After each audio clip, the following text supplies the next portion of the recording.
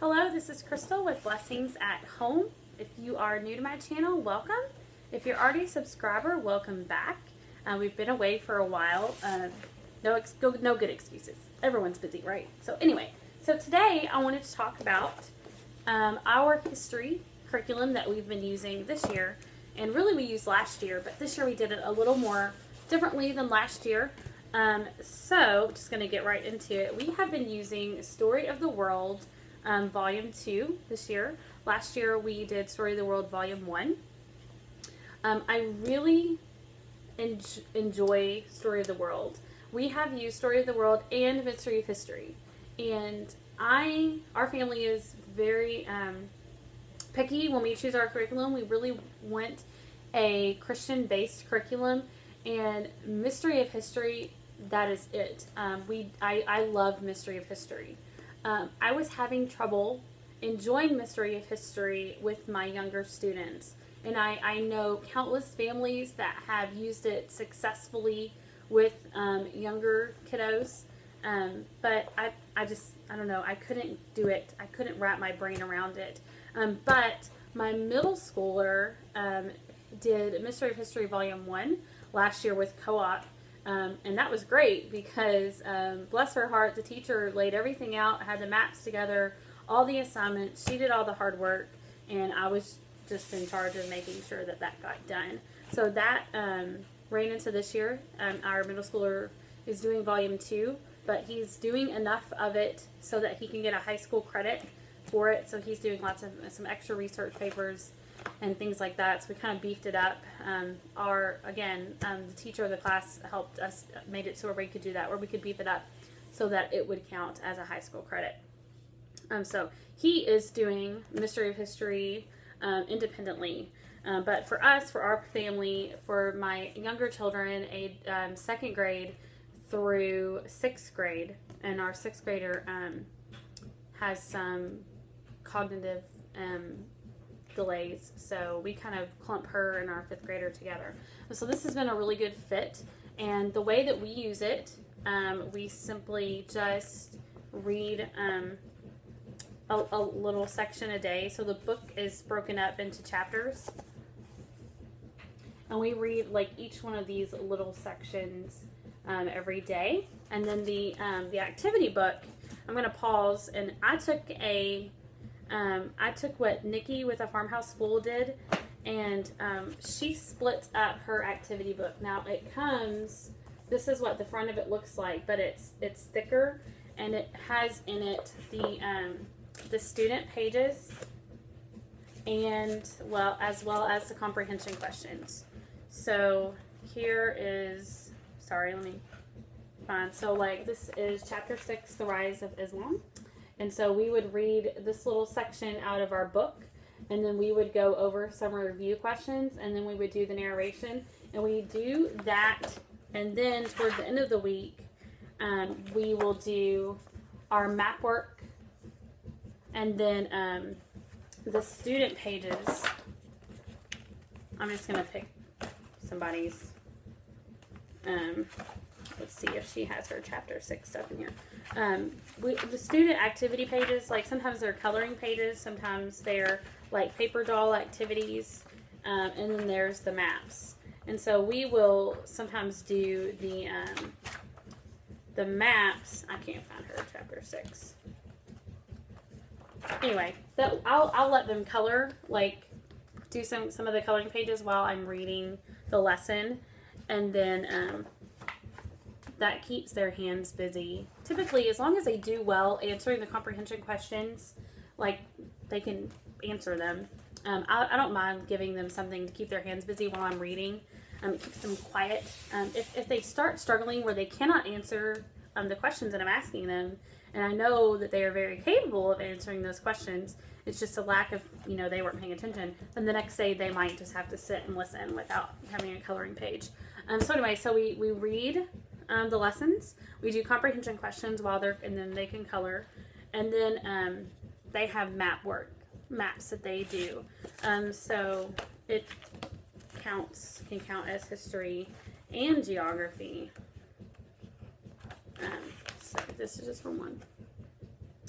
And the guide, the activity book, has a guide. You know, it tells me what they need to do. So this is not what I just showed you. But so for the birthplace of Islam, it says color the Arabian Peninsula light brown, and then locate Mecca on the map and circle it with a purple crown. And so different things that they have to do. And my second graders kind of had trouble at first, necessarily finding all those spots on the map.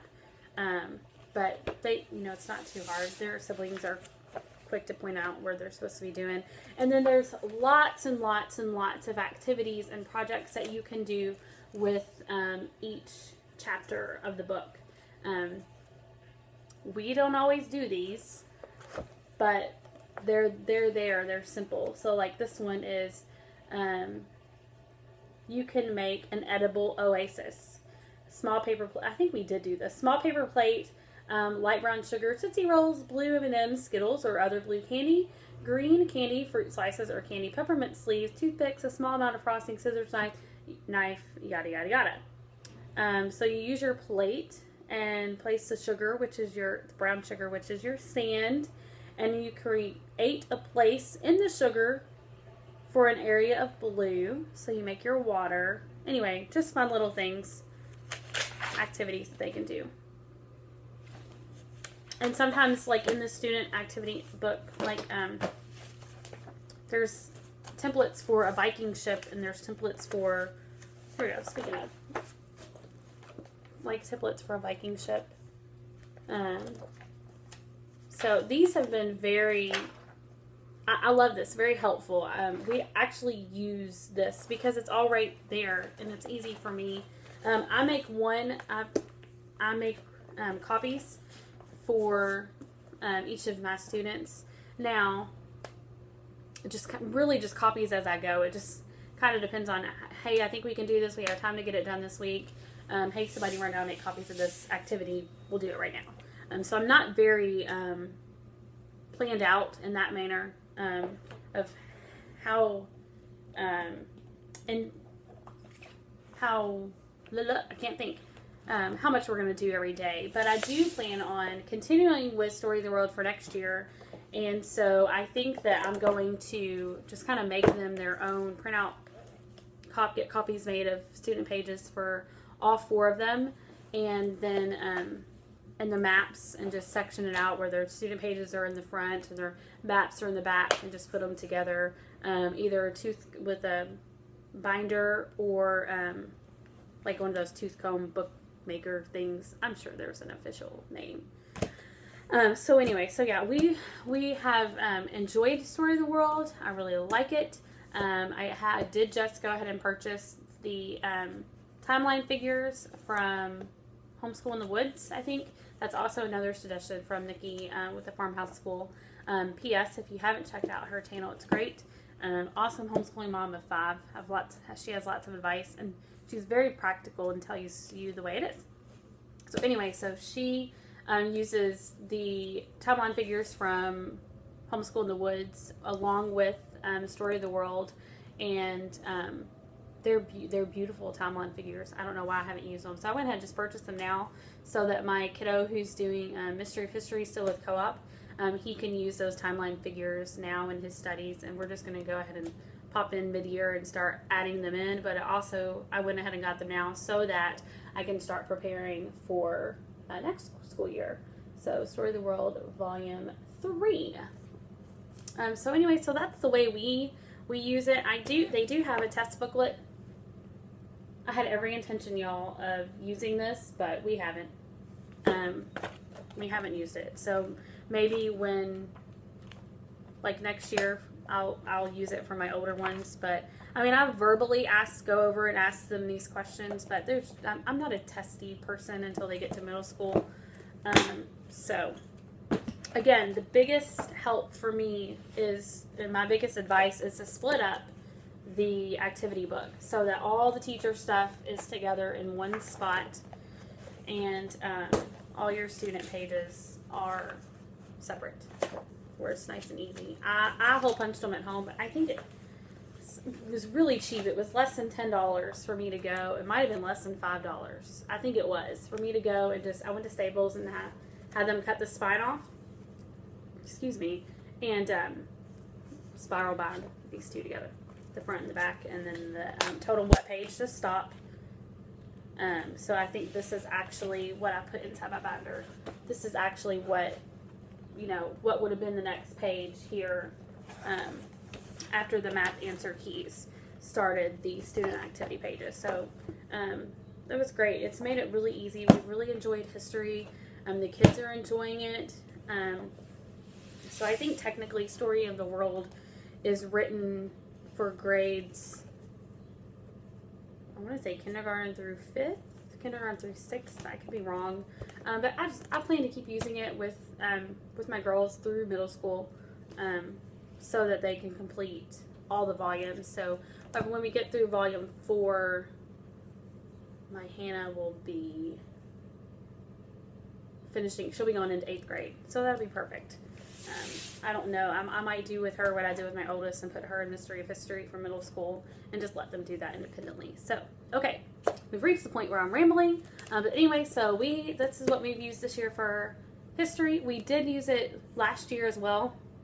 Sorry, I didn't mention this. But last year I just read the lessons. I did not get the activity book.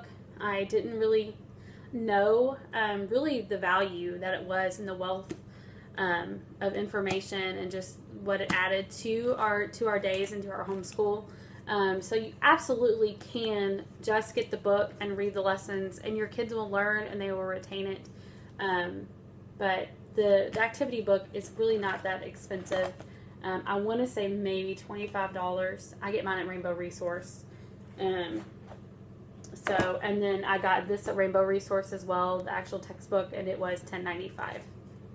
So, use the book alone, get the activity book, whatever suits your family. But I just wanted to throw a plug out there for the activity book, that it has been a remarkable resource for us. So, thank you so much for watching, and I hope that everyone is having a blessed day. It's beautiful here in Kentucky. The sun is shining, I've got the windows open, and we have snow coming supposedly on Saturday. So, it's great. Anyway, thank you all so much for watching again, and I look forward to chatting with you all again soon. Have a blessed week. Bye.